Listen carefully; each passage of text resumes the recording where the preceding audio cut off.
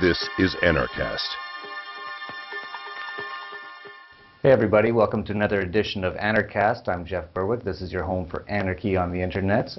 Today we have coming in from Chicago, Paul Rosenberg, who's a writer of the Freemans Perspective, and he's also one of the founders of Crypto Hippie, and he's one of my favorite writers, so I'm really happy to have him on. How are you, Paul? I'm really well, Jeff. Thank you. That's good to hear. And you know where I'm going to ask you first. The very first question I ask every new guest on Anarchast is, how did you become an anarchist?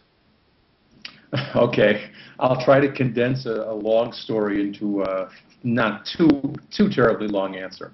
As a young man, let's call it 16 years old, I was kind of put into a bunch of very interesting situations with men much older than myself. And it really got me thinking about what is right, what is wrong, why, who says so, questions like these. And I began to really pay attention to that topic, which led me to lots of study in lots of areas. And one of my first real moments with this, as I was really kind of going over these questions, was reading the first couple paragraphs of the U.S. Declaration of Independence, written by Tom Jefferson. Just terrific stuff. Those first two paragraphs are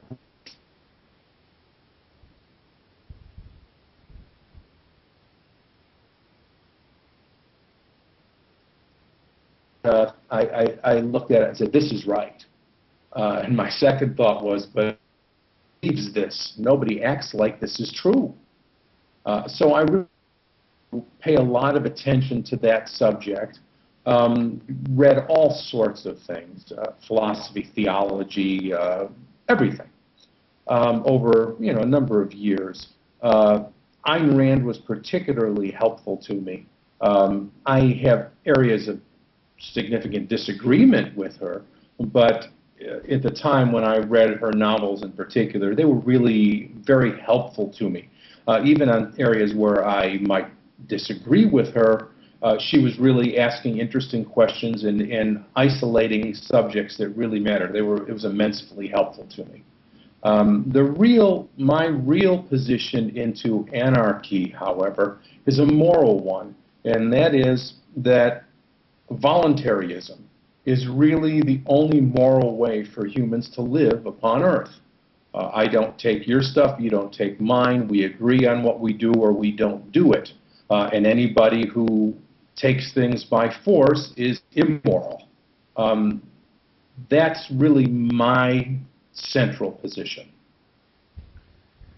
Well, that's a good central position to start from, as a position of nonviolence, and really it shouldn't need to go that much further from there, but for some reason us humans, we can never seem to figure out how to keep this nonviolence going very long. And you have any thoughts on perhaps how we've got here today and where we can go in the future in terms of maybe eventually reaching some sort of state of true anarchy?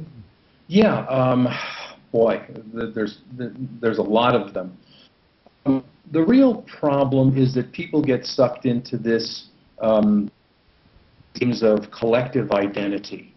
I'm an American, I'm a Greek, I'm an Italian or a Jew, an Armenian, or whatever it is.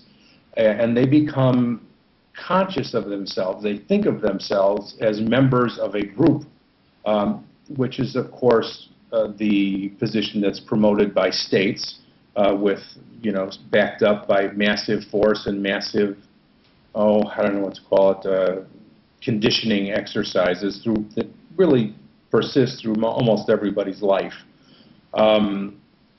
Once people get away from that and begin to look just at the world and at themselves and what really exists, then actually anarchy is not a real difficult stretch. It's a sensible sort of position. The problem is that you really have to back up to the beginning, actually like John Locke did in his treatise, and go back to the primal state. Just eliminate all of the crap that we're surrounded with, through all of our lives in the current world situation, and just look at the basic facts of life. and of reality, and go from there. And if you can ever get to that point and do it, well, this, voluntaristic life makes perfect sense. Yeah, it sure does to me anyway. Now, one of the reasons I read the Freeman's Perspective is you've got just such an amazing wealth of knowledge about the history of really humanity. And one interesting thing to me is, you read all these history books in public schools, and it's really just the status view of things. And what else would you expect? It's status school, and they're just going to say the way that they see things, and the way they see things is that government saved us all from eating each other, and then FDR saved us all from the Great Depression by going and blowing up people in Europe and nuking people in Japan, and it's really that silly. It really is. Yeah, it really is. If you open your eyes and actually listen, or open your ears and listen to what they're saying.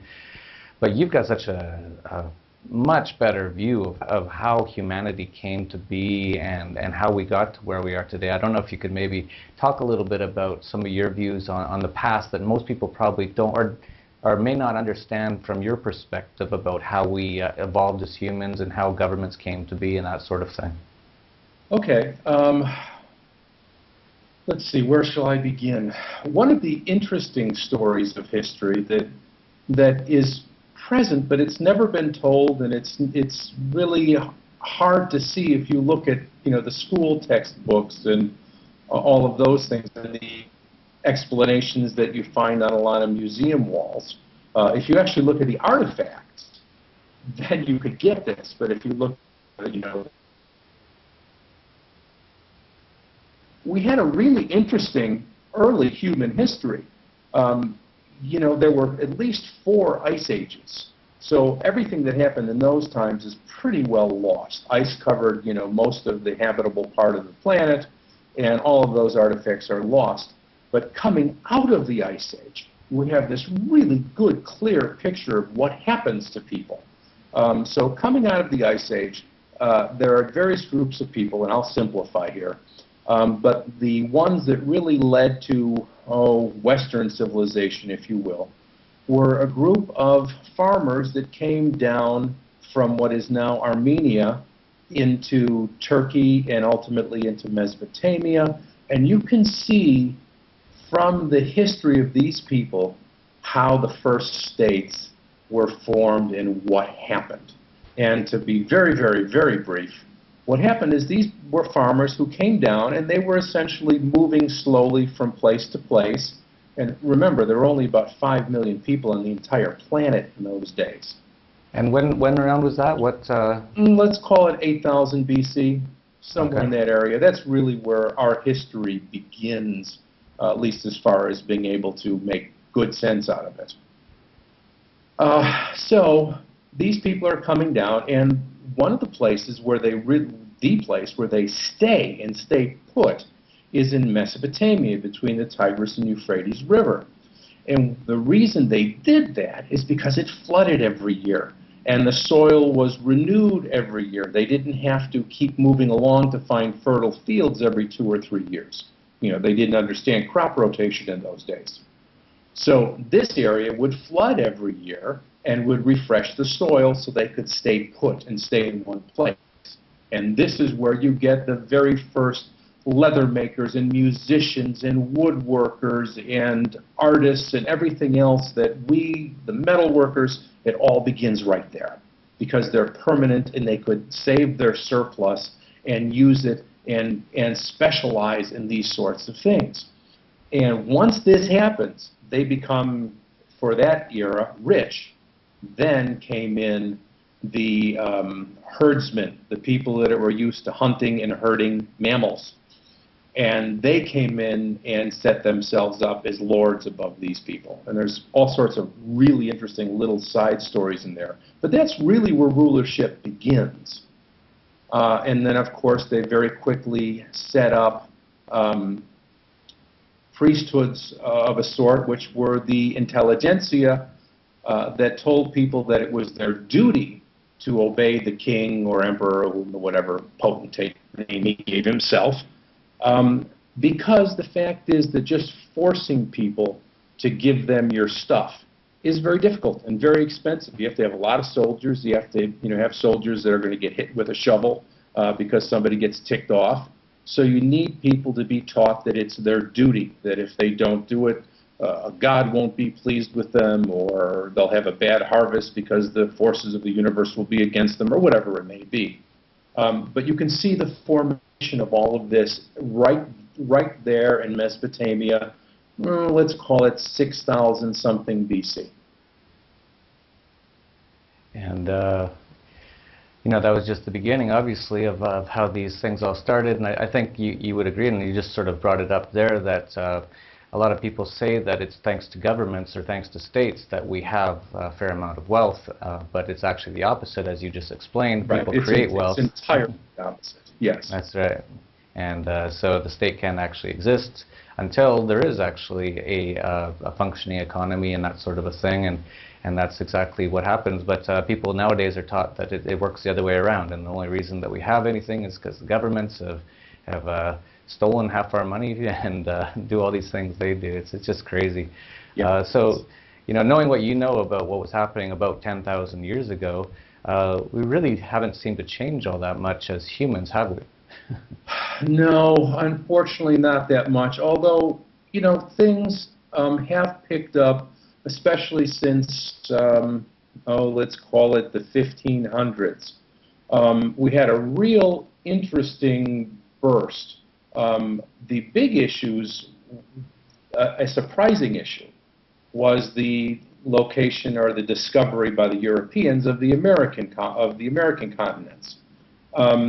For the people of Europe at that time, this was very important, not because it brought, gold or new crops or any of that. It cracked their imaginations open.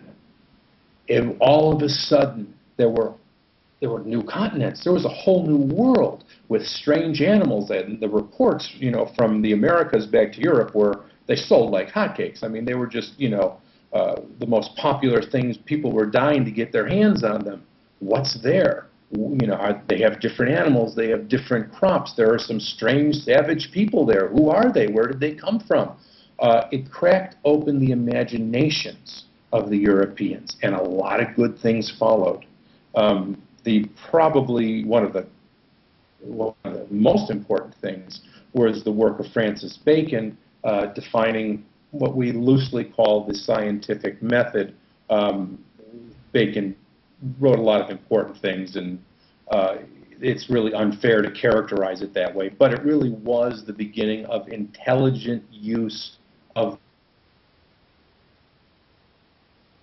us to help man and to help us grow. And there's been a lot of good things that have happened since then time, including things you wouldn't think of normally, like psychology, that are really helpful in breaking the usual statist cycle. It doesn't seem that way to us now because we're in a moment of really heavy, vulgar state influence in the world. But whenever the next kind of lull in that comes, and if we can continue and keep knowledge going with the internet and electronic storage and whatever else, we got a good chance to do a lot better.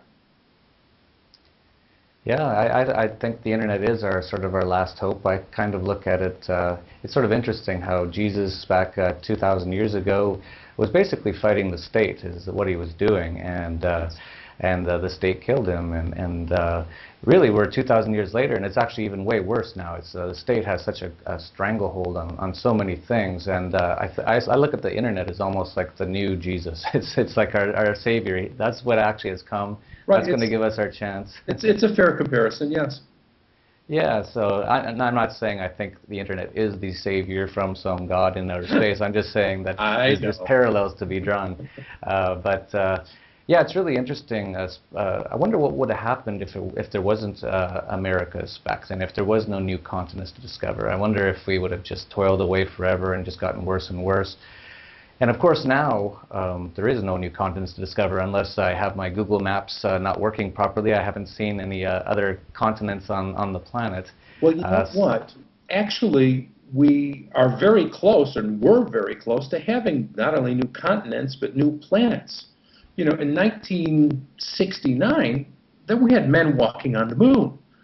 We haven't been back there since 1972, but technologically, it's really not that big of a stretch.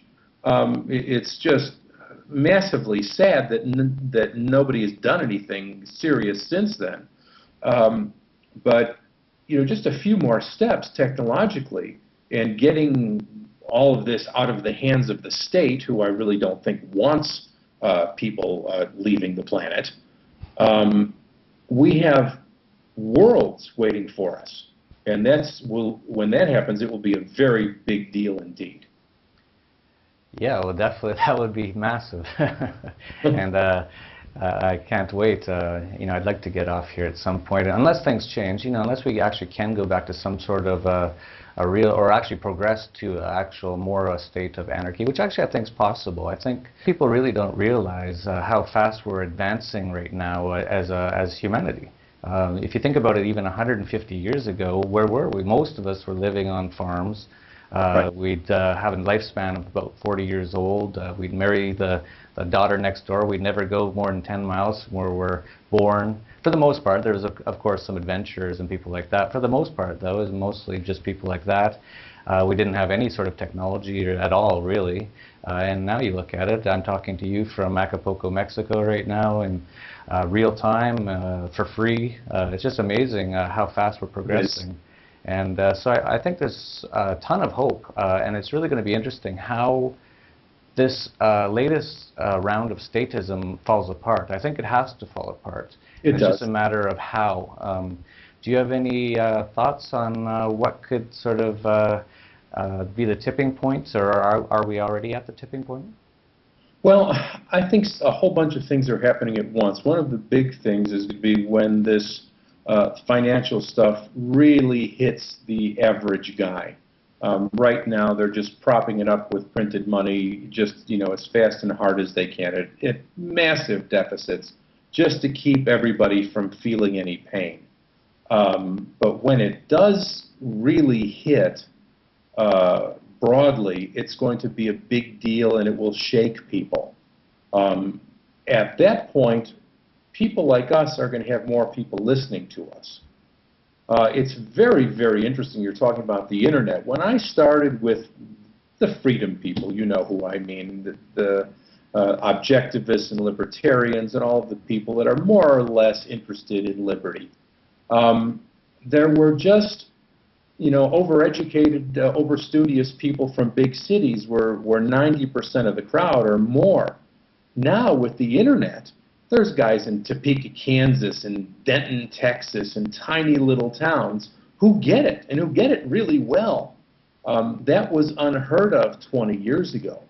But with the internet, lots of people are getting the message, and it's a really big change. So once things really kind of slap people in the face where they can't, hide from it anymore.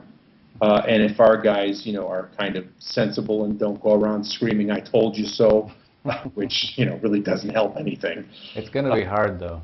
I know, but we have to do it anyway. No screaming, "I told you so," and you should have listened to me. I mean, do that at home. But it doesn't help.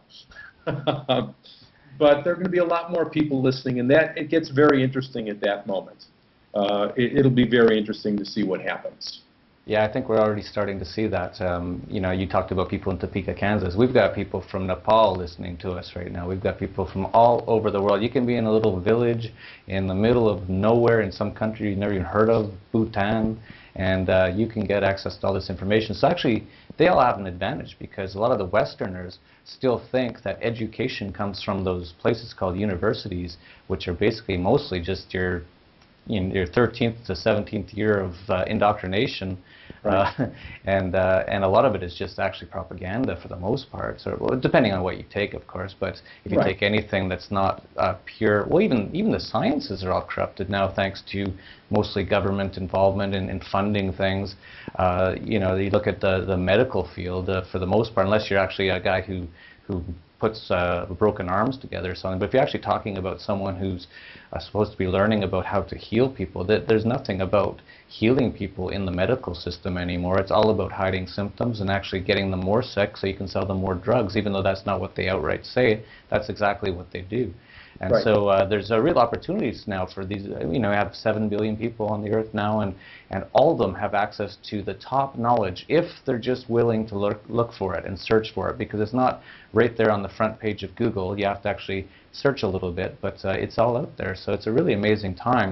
And one of the biggest teachers at the moment, although you may not be a big proponent of the political system or the political process, is Ron Paul. Lou Rockwell told me that he thinks Ron Paul is creating more libertarians than any other person in history at this point. And so what's your thoughts on Ron Paul? Well, I think it's pretty much that. I think he's a very important teacher. He gets his point across. He says it well. You know, he's really saying what he really believes. I used to go to the same conference as Ron Paul every summer. I never particularly knew him, but, you know, I sat in the same meetings with him, you know, quite a few times. And he's, you know, a quiet, polite, thoughtful man, and he really says what he really thinks. So while I'm, you know, I avoid politics. I think the state is, you know, just needs to go away. I'm not interested in particularly in trying to reform it because it never does reform. I'm glad if somebody who's in that position, you know, makes less bad decisions and, you know, okay, that's nice, but I'm not really interested in reforming it. I'm interested in doing different and better things. But that said, Ron Paul is getting a lot of good information and good ideas in a lot of people's minds, and I really am very, very happy about that. Yeah, it's really a lot of fun, isn't it, to watch him on those debates. He just does not fit in at all because he does what you just said. He actually says how he feels and has principled reasons for his thoughts. And that is not the way the political system works at all. And it's quite the interesting thing to see them all on one stage. There's 4 other guys who are your typical puppets, and one guy doesn't fit in, that's for sure. And they just don't know what to do with him. And it's kind of I know, they almost just sort of laugh at him. There was one Mitt Romney part where someone asked him something about the Constitution, and you could just tell by his answer that he's never even really heard of it or read it, and he just laughed. He said, "You should ask Ron Paul, he's the guy," and everyone just laughed. He knows what's in the Constitution. What an old fuddy-duddy. You know, it's just sad. Wouldn't it be great to bring back people like Thomas Jefferson and let them see what's going on right now? They actually warned us about all these things. It's amazing how prescient they were, warning us about what would happen. Yeah, isn't it amazing? All the warnings. I don't know how they knew. I guess back then it was same as now, basically, right? Is that? Yeah, in a lot of ways. And these guys had read a lot of history. They were very bright guys. Jefferson, in his latter years, his primary subject that he was talking about was centralization and decentralization, and that centralization led to tyranny and decentralization led to liberty. So yeah, these were really, with a few exceptions, I quite dislike Alexander Hamilton, but Jefferson was a great man, and then the rest of them were good men too. Yeah, so it's really interesting what's happened to their the little try at minarchy. It turned out like us anarchists sort of know now that you always start with a small government and it always becomes a big government until it collapses. And so I think part of the reason we're talking about the things we're talking about is to prepare for the next collapse, and hopefully we can be there and help guide people through it. And because it's either going to go towards a lot more peace and freedom and liberty, or it's going to go a lot worse and it's going to go into dictatorships, wars, sort of the same sort of thing that happened in Germany during the Nazi times. When they recovered from their Weimar hyperinflation, they went the road down following a charismatic leader, somewhat like Barack Obama, actually. Yeah. We're actually set up now where if things go badly, we end up in a very, very nasty surveillance state, which, you know, is really scary. Well, we already are, aren't we? Yeah, and I'm afraid it could get worse. Yeah, and that's why you helped found Crypto Hippie. Yeah, that's actually true, yes. Well, Paul, it's been really fun. I definitely want to have you on again because we could talk for hours about just the stuff that's in your head. But we're running out of time, and so we'll have to leave it at that for now. But thank you very much for being on Anarchast. Oh, before we go, tell people how they can get your newsletter, The Freeman's Perspective. Oh, it's just freemansperspective.com, just the way it sounds. All right, and just so people know, it's a very unusual sort of newsletter. It doesn't have any financial talk or stock picks or anything like that. It's just real free thinking, free market thoughts. And it's one of my favorite newsletters. There's only a few that come into my inbox, and my eyes light up and I get all excited, and I have to read it almost immediately, and that's one of them. So thank you very much for being on with us, Paul. Oh, it's been my pleasure. Thanks. And that's all for now. This has been Anarchast, your home for anarchy on the internet. Peace, love, and anarchy.